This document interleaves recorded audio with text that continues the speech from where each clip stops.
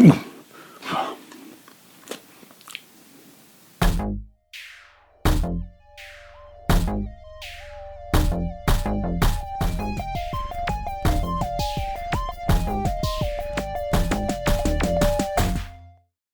I don't know what that stuff was, but I don't think it was pumpkin juice. Anyways, continuing on with the revisit of the films in the Harry Potter franchise, we have arrived at the fourth entry, Harry Potter and the Goblet of Fire. So, I was really kind of wondering what I would think of this because, and maybe I'm putting too much weight in the people who did say this, and I'm having a disproportionate sense of how many people said it. But it seemed like a fair number of the comments in the video I did on Prisoner of Azkaban seemed to be pointing towards people not really liking Goblet of Fire very much. Which was weird because to my memory, this is one of the ones I really like a lot. And I went in rewatching it, not having done so from front to back for a while, wondering, you know, am I going to find all these flaws that I didn't see before? Am I going to, you know, come away feeling different? And no. I really like this one.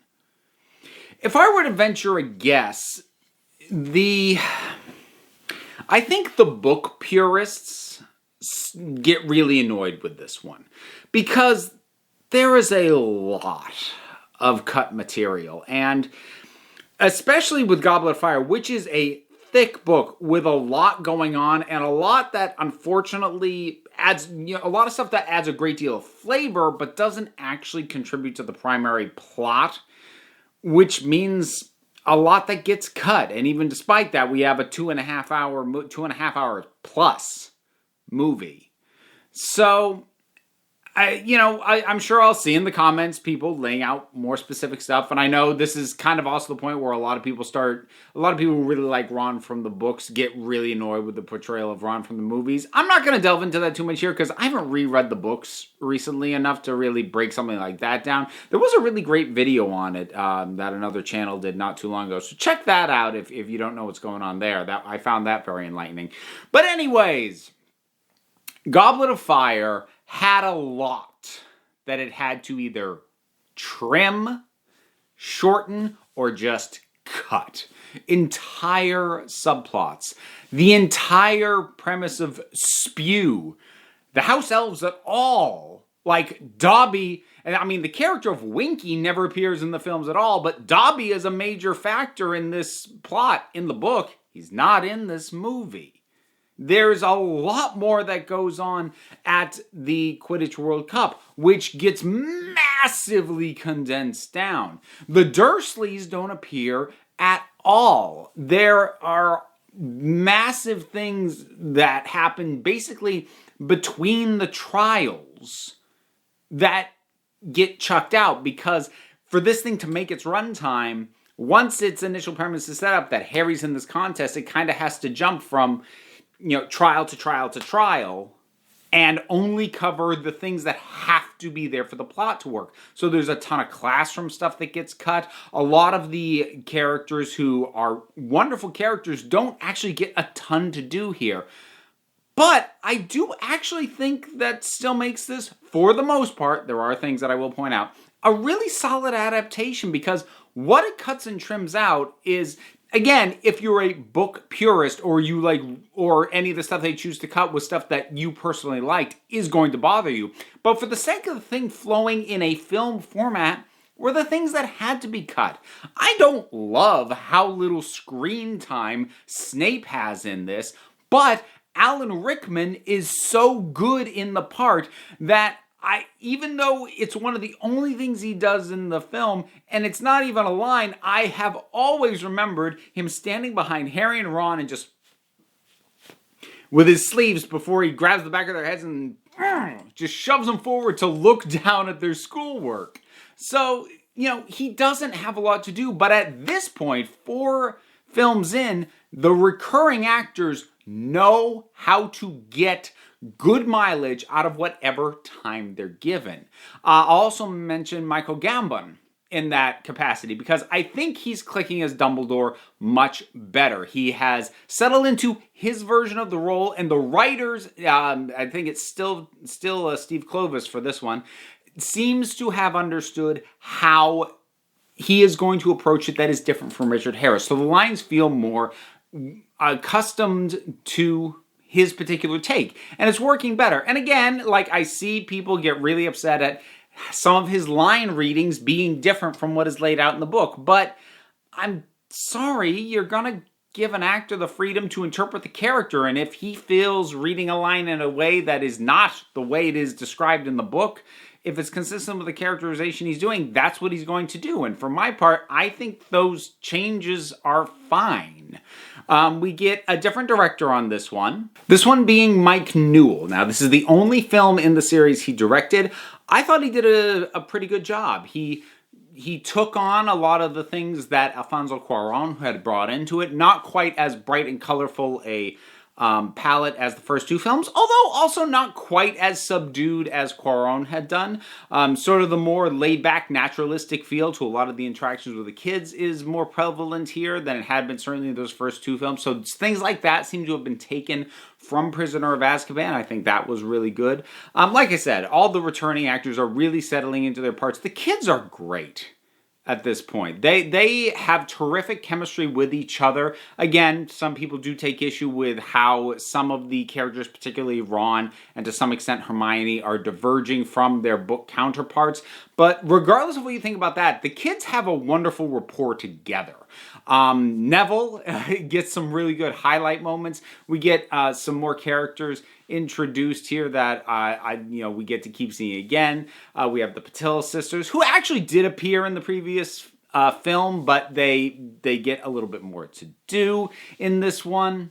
And we've got the added characters such as Fleur Delacour, Victor Crumb, and of course, Cedric Diggory.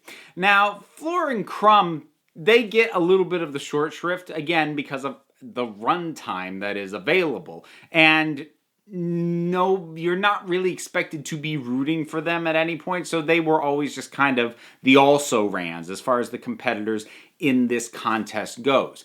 We do need to get some investment into Cedric, because if we don't, then when he dies, spoiler alert, then it doesn't matter the way that it should. And I'll get to that sort of ending stretch in a little bit. I do want to touch on some of the things that are some of the stumbling points. And I've really only got two major ones. Because, I mean, if I don't have a ton of nitpicks on this. Again, I know there are a lot of people who do have a lot of nitpicks on this film, and I could acknowledge them, and I have with some of them, but I just don't share a lot of those criticisms. But here's two that I do have. The first is the extensions of Harry's trial again with the dragon. Completely unnecessary. In the book, that it just happens, within the arena. It's intense, and Harry does what he needs to, and it's done. Here, the dragon breaks free, and they go on this extended chase over Hogwarts, and the dragon's like smashing up the castle.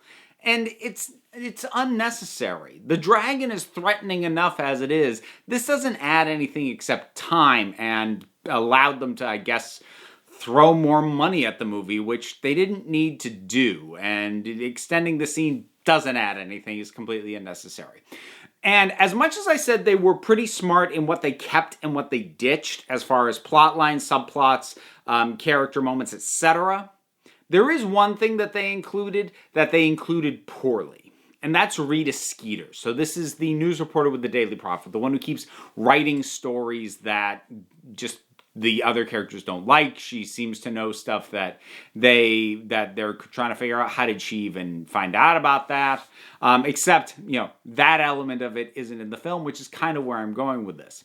They drop the payoff for the entire Rita Skeeter plotline, because everything culminates in the final payoff for her in the book, which is that they find out she's an animagus who can turn, I think it's a bug, and she's been bugging them. She's been spying on them in this tiny form that they can't see to get a lot of the information that she puts into her articles. They find that out, and they basically blackmail her for information, threatening to reveal that she does this, and has been illicitly obtaining information for years, for probably every story she's ever written.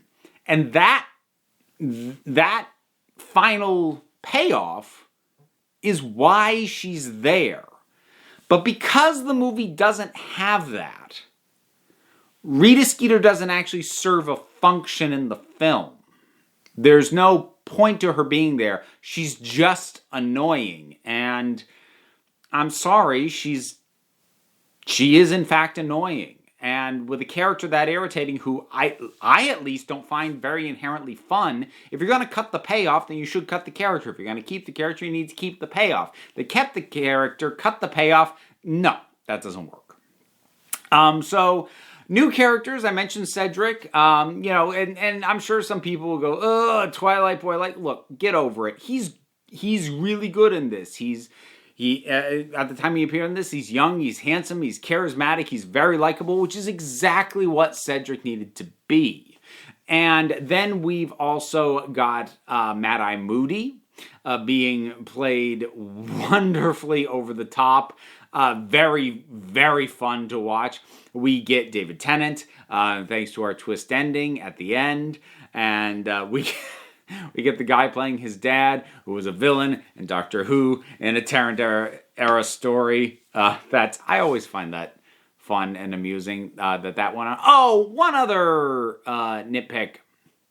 This one I do. The look on the Death Eaters isn't good. Giving them like the sharp, pointed hoods. I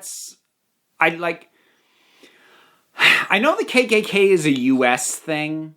So, maybe they didn't think that was how it looked.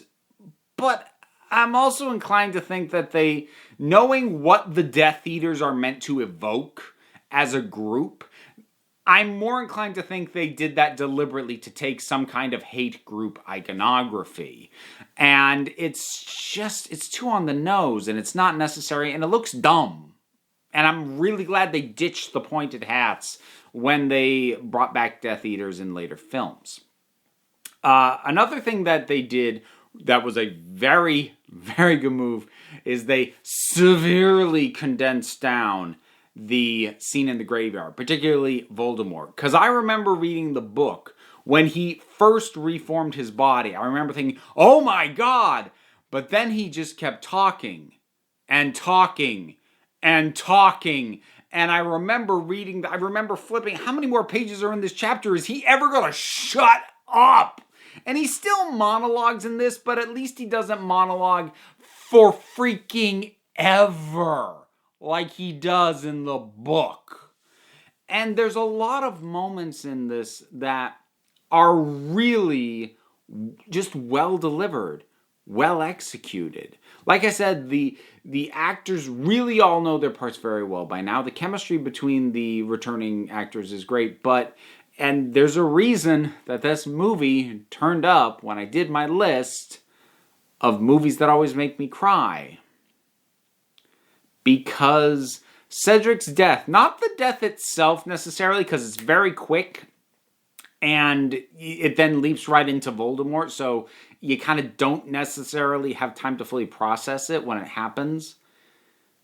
But then they get back, and Cedric is on the ground, and Harry is breaking down, and then Cedric's dad comes down and loses it. And that gets me every single time.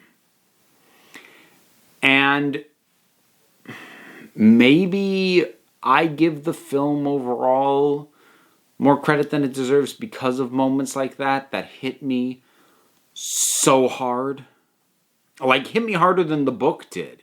The death of Cedric was just a thing that happened in the book. The movie actually made it hurt. At least for me.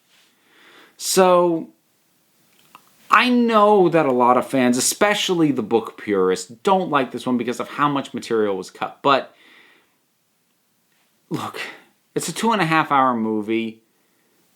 There's only a few bits of fat on it that don't need to be there. Basically, Rita Skeeter and the length of the dragon chase. Everything else that's here is what's need to be here, and there wasn't room for anything else. And that's just the nature of a movie. And if you still prefer the book, that's fine, but you have to adapt to the medium you're using. If this had been adapted as a TV show, you could do an entire season of television off of the fourth book especially. You could easily get 10 hour-long episodes out of this thing and incorporate everything. But that's not what they did. They made a movie. And I, for one, think they made a really good movie. Harry Potter and the Goblet of Fire. I think it's really good. I think it's one of the better ones. Oh, I mean, certainly so far in my rewatch, to my memory, when I've thought about ranking before, it's been towards the top. Again, we'll see how things reassess, but of these first four, this is my favorite of the first four. Just is. Not going to apologize. I think it's very good. Harry Potter and the Goblet of Fire.